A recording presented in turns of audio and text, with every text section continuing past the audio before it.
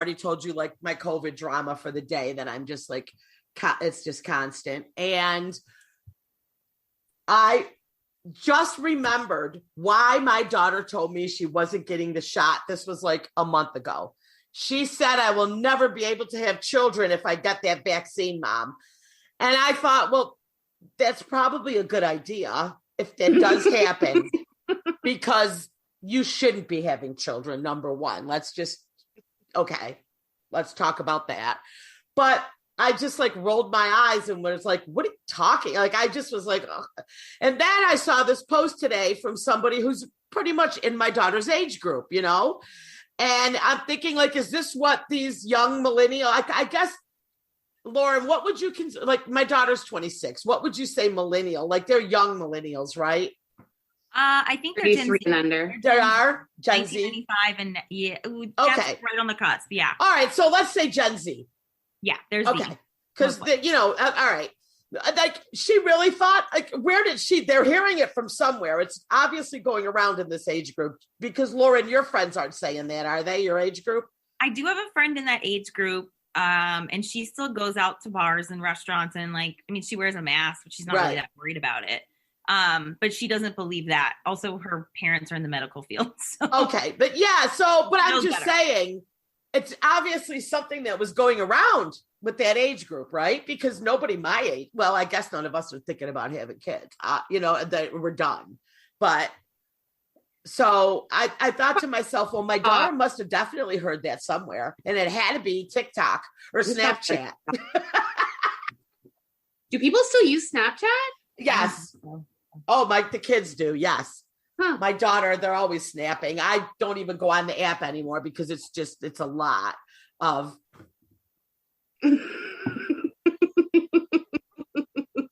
Okay, nobody can see what you're doing. And on top of that, she sends me her snaps on top of it. I get pictures, you know what I mean, of all of her Snapchats. So yes, the younger generation, which I guess is the Gen Zers, I think some of them are still Snapchatting. Yep. And it's just with each other. I think it's just their way of sending photos. And I guess we kind of do that too, but more like we just send a real photo to each other. Like I did today, like, look at my fucking hair. And it actually looks like you. I'm like, yes. Right? No bunny ears or. Right. Okay. Now that we're on that really quick, let's talk about, here's a Snapchat picture of my daughter having Easter dinner with her besties in her new home. So fun. Yes. Yeah. Yonkers is where she moved to. There's my daughter. So those are all, she sends me her snaps. So let's talk about filters and opinions on Khloe Kardashian trying to get this photo, doing her best, I guess, her PR people, to get this one particular photo of her not filtered off the internet, which is pretty funny. Know that was her. Huh?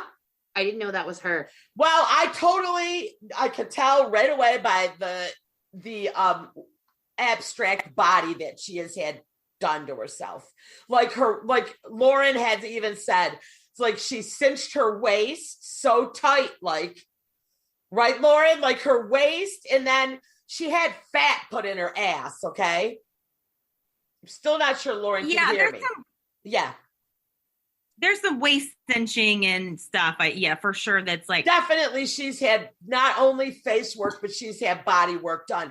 And I see her posting tremendous amount of pictures of herself working out. And I got to say, Khloe works. She does work out. But that strange ass that her and Kim have, like everything else shrunk, but their ass got bigger. No, it's weird. Right. But it's really deceptive as you can see the transition. Like if they were born that way and you saw pictures from, teenage years to now, and it kind of casually grew, or like there was always kind of that shape, it would make sense. But it's too dramatic of a shift from a body shape to a complete. Right. And I mean, you know what? I'm not here to body shame them. Yeah, but I am here to say that all that plastic surgery on their body and their face on top of the tremendous amount of photoshopping and filters that go into every single one of her social media posts. Like, they are ridiculous. That is giving other girls that follow them a complete false sense of reality. That's a big cultural thing. So kind of stemming off that, I was in a Facebook group for a while, and I had to leave because it was a younger millennial, early Gen Z group. I mean, not intentionally, but there were just a lot of podcast listeners that fell into that range. And every day someone was posting a photo and saying, hey, can somebody help me get rid of this blank in this photo? Like, I don't like my flabby hip. And I was like, you weigh 10 pounds. Oh, and then these girls were asking every day. They were like, can you take this photo and use the eyes from the other one and put it on this one? Because who was doing it? The other girls all had that skill. Yeah, they are all just like doing it. And I'm like, you guys are all creating a culture of like promoting this like not accurate look. Like, no Instagram reality page. Like, this is not. The more you encourage it, it's just that's what their expectation is. So we're stepping right back into my age group of the days of like Kate Moss. Mm-hmm. I mean, was that her name from way back? Yeah, 90s. Like, yes, right. And then the 80s, I have to say, in the 80s, a lot of these super models were like the Cindy Crawfords were healthy. They were like an hourglass. Yeah. A little bit of a healthier weight. But I think the early 90s is when that wayfish look. Yep. And that was when everybody would call them lollipop heads. And I will never forget, like, Ally McBeal was like, remember that show? Yes. With the dancing baby. Yes, with the dancing baby. She was horrifically skinny. And I mean, think about TV adds 10 pounds. Imagine, like, she was not a healthy weight, but maybe for her it was healthy. And again, Portia de Rossi was on that show. Remember, she was one of the lawyers, and she too was deathly skinny. And of course, it came out many years later in her book. She had a horrific eating disorder and almost died several times during those years, because it's just a not. So yes, I agree. So now in the 90s, it was that unhealthy. Mm-hmm. You know, and I think the Kardashians did a lot for curvy girls. You know what I mean? Like, I think even though now their curves are just like wacky curves. I mean, they're, you know. Whether it's authentic or not, or they waist trained and did surgery to get there, it's a body type that's fairly rare and it's not easy to achieve naturally. Right. So I think you get that sort of complex of, well, I want, bigger butt and a really tiny waist. Yeah.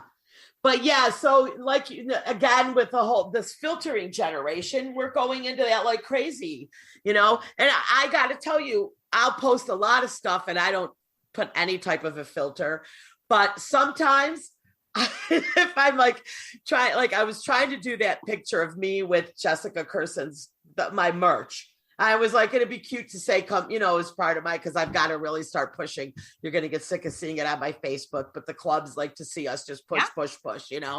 So, but yeah, I was going to post that one. And then I was like, ooh, so I did a little filter that kind of evened out my skin so I don't look, like two big red cherries. I got rosacea on my cheeks and it's, but that's nothing compared to what they're doing now. Like, it's crazy. Or, I have a couple friends that post pictures and they do the huge eyes. Have you ever seen those? I'm like, what happens when you meet like a person in real life?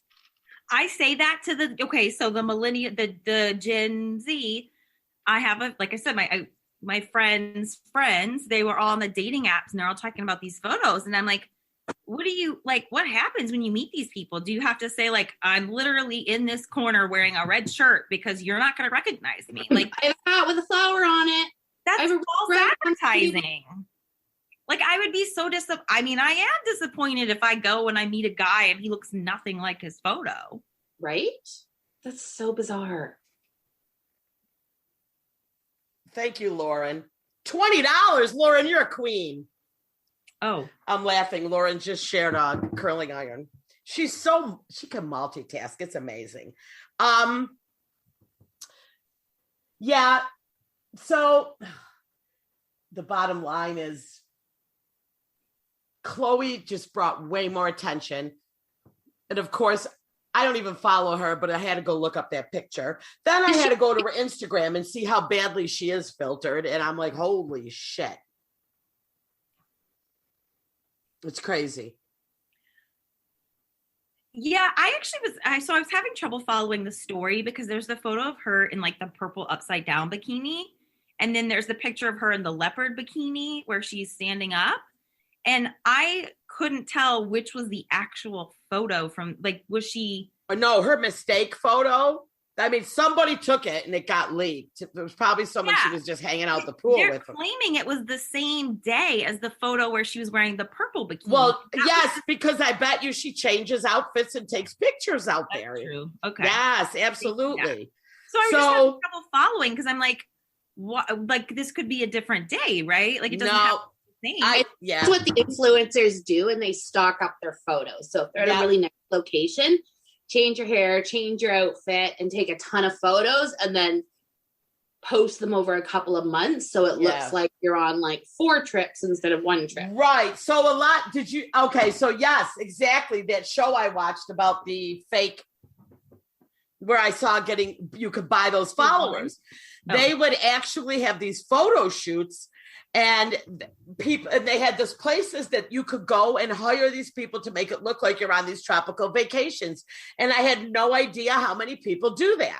Yeah, I watched one, and there was I think it was a YouTube video I watched about a place in LA that has like, they've built like the side of an airplane, like just the inside part. So you can go in and you can also rent private jets just for photo shoots. This isn't even a whole plane. This is like right, a couple of seats in the windows. And so it looks like a private plane, and they bring you like your little champagne and you take your picture there and everything. And yes. Well, the one I saw on like a movie set. They used a toilet seat and put it up against a window and put the girl around the toilet seat so it looked like she was on a plane. It was great. I changed my toilet seats out a couple months ago. No, these were brand new. The guy ripped it out of the package. Here's my toilet seat with the big piss stain on it as I'm looking out the window. Right? So weird. That's so anyway, I have to tell you guys the name of the doc. I can't remember it, but it was very fascinating to see this famous place. Something. I looked it up. I can't remember. Yeah. And it was very fascinating seeing them pay these people at these places you can go to make it look like you're on all these vacations. So that's exactly what Jen was talking about is, fake famous. Yes, that's it. Fake famous. It's on HBO. Message that to me. Maybe I'll watch that later. Yeah, it was good. So you got to watch that. Okay, so let's see what else is on my notes. What do you guys got? You got anything good? The difference between, some people are very adamant that you not steal content, whether it be like illegally downloading songs or TV shows or movies, because the artist deserves to be paid. Which 100% totally fair. But on the flip side, then they're okay, like carrying fake bags. Like, is that not the same thing? Yes, you're exactly right. It absolutely is the same thing. So, yeah. I was listening to somebody talk about that last week, and they were talking about like content producers and stuff, and like LimeWire and Napster and stuff like that, like how bad it was for music because people were just like illegally downloading it and the artists weren't being paid and they deserve to be paid for their product and stuff like that. But I've also heard this same person talk about like buying like knockoff designer bags and stuff. And I was thinking to them talk about it, and I was like, but that's the same thing. Yeah, like, it's just as bad. Absolutely. You're 100% doing, and I'm sure you're stealing an artist's work, even though the work is, $5,000 overpriced.